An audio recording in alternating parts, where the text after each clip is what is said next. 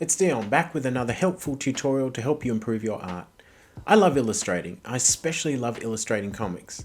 The hand-painted comics like Kingdom Come by Alex Ross or Meta Barons by Juan Jimenez are part of my inspiration to make some of my own webcomics.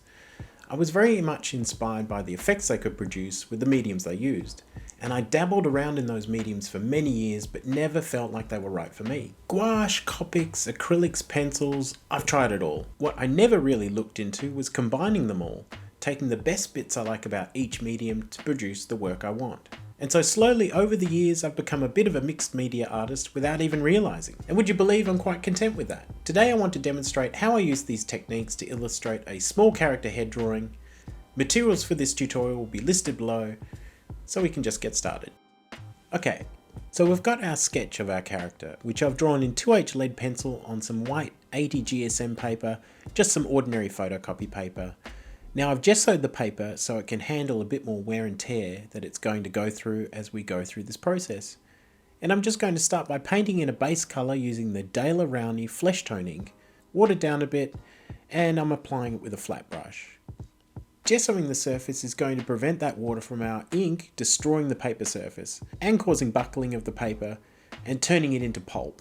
Instead, the gesso is going to protect and stiffen the paper while it absorbs that moisture and creates a nice textured surface. Next, using a Cinnamon Polychromos pencil by Faber Castell, let's begin adding in some of the darker tones of the face. This is where you need to start thinking about the planes of the face and how light and shadow are going to appear on the structure of the face as a three-dimensional form.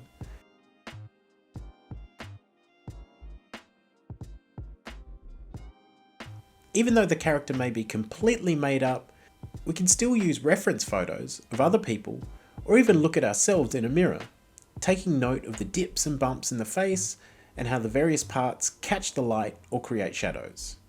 I especially find the areas where you have the nose and the eyes meet to be a really tricky part. There are a lot of variations in light and dark going on there. The key is to simplify these structures as much as possible in the beginning and then start to add details later. And I'll talk a bit more about that as we get to those details.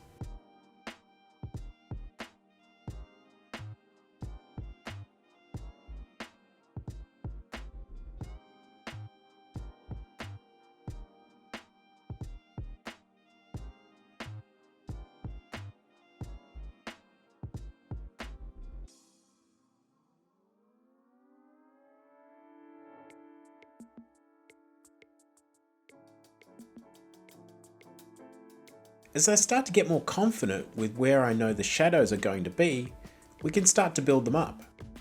Nature doesn't have any hard angles like a 90-degree angle, and it's no different on the human face, so even a really pronounced shape like the jawline is going to have a subtle curve where the side meets the base, creating a much softer transition into shadow.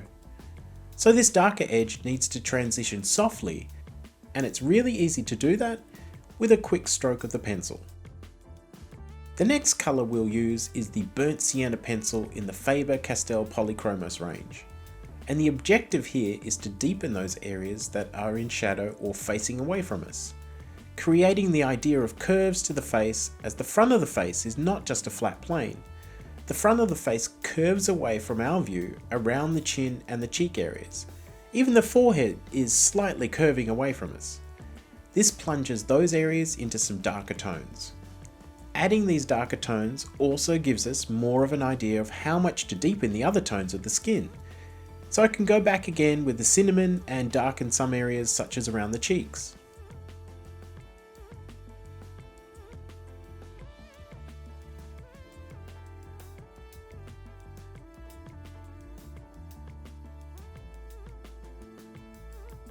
Now that we have a good amount of shading done, let's add some colour to the eyes. Adding some colour, shading and details to the eyes is going to be helpful to the rest of the colouring process, as it gives us something to work against as we add colour to the surrounding skin surface. For the iris, I'm using a base tone of light Cobalt Turquoise pencil and then a blue-green to create some variations in the iris to create an impression of shadow and light reflections. Then using a black pencil, we can darken the pupil and add in some details to the eyelashes.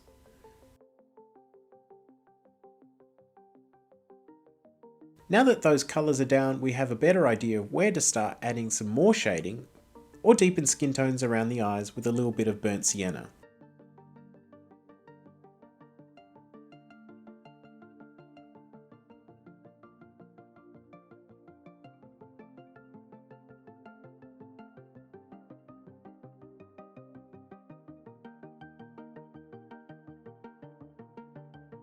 Let's also add in some colour to the lips to help in a similar way as we did with the eyes, starting with a base colour of light magenta. Just leaving the areas of highlight a little lighter, giving that impression of a three-dimensional shape to the upper and lower lip. Then we can use a Pompeian Red to just darken the edges, creating that subtle curve to the lips. And finishing off the darker areas with the burnt sienna again, to also help with the transition of shadows in the lips to the transition into the shadows of the surrounding skin tones.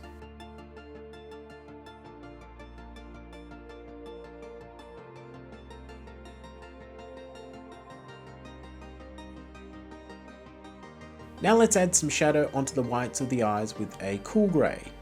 I'm using the number 4 cool grey, creating a subtle line of shadow, giving that impression that her eyelashes are casting a shadow onto her eyes. Then with a light magenta, I can go around the edges and put in a bit of pink, where we're going to see the inside edge of the eye, such as the tear duct.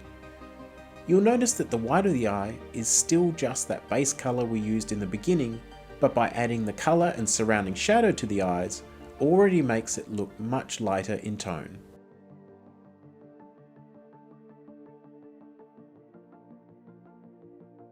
Using a dark flesh pencil, let's work in some areas around the shadows to give the skin a bit more of a pinkish, lifelike hue.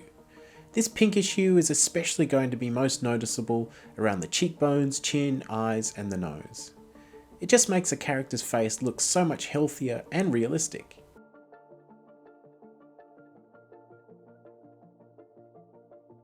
Then we can just lightly add in some highlights with the Ivory pencil.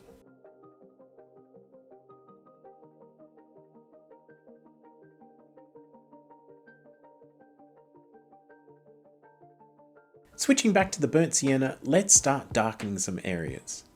This colouring process is using the idea that by slowly building up the layers and working from light to dark, we're in control all the time each step of the way to avoid the risk of oversaturating areas with colour or making our shadows too strong and spending too much time and energy fixing mistakes.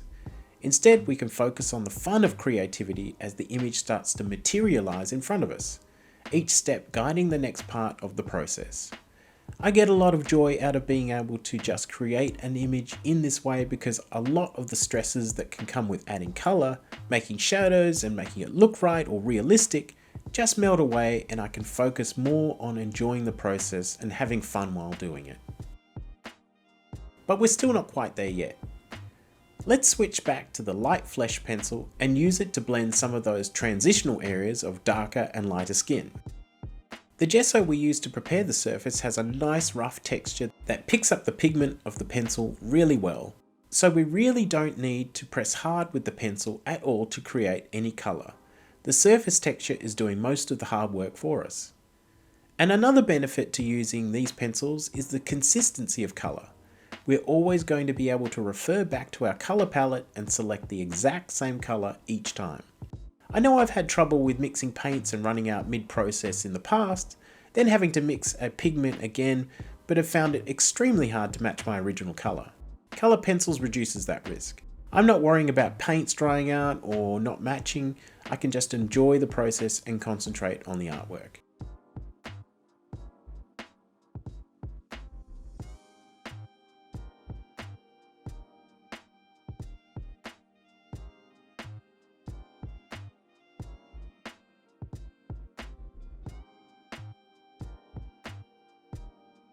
Now that a lot of those bigger areas of details and highlights and shadows are in place, we can start to look at the smaller details. Remember, it's important to work from big to small. Working on really small details first creates too many opportunities for mistakes that will be harder to fix later in the process. Instead, always work from your bigger details first, starting with the overall shape and base colour of the subject, then moving to the larger, blockier forms of shadows and highlights.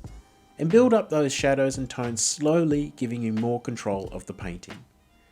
And if you're interested in learning more about this technique and how to create a full color illustration from concept to final sketch, why not check out the free preview of my new course in the description below after you've watched this video.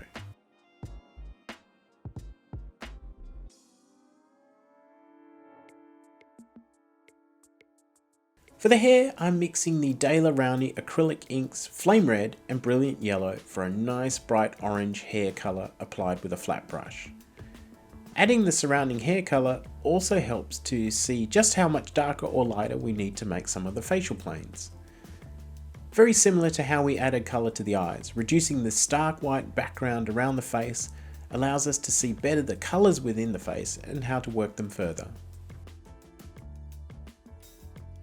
Something which I find really great to do is to use a grey pencil and just go over a lot of the shadow lightly. In this case with the Warm Grey 3 Polychromos. It just smooths out and blends together a lot of that roughness in the colour transitions.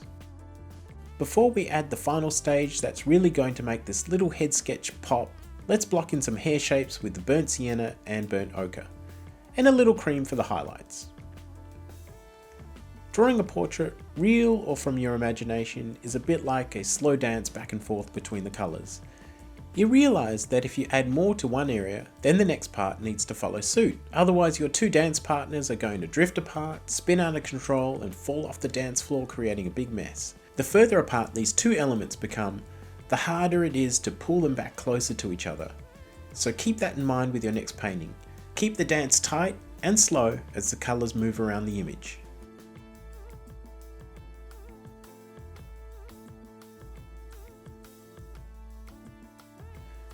Okay, so for this little head drawing, my final and favourite piece of colouring is to lightly airbrush with a pinkish skin tone that I've blended together with Rowney White and Flame Red with just a hint of flesh tone, watered down to give it a little translucency.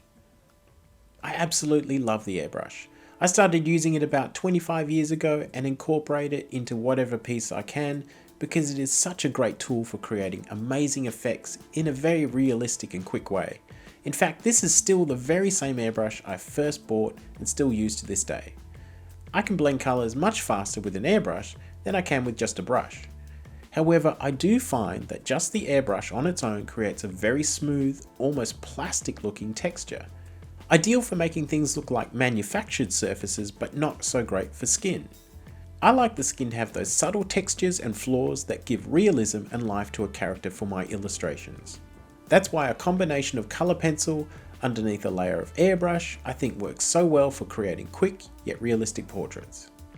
Well, there we have it. I hope you enjoyed this tutorial.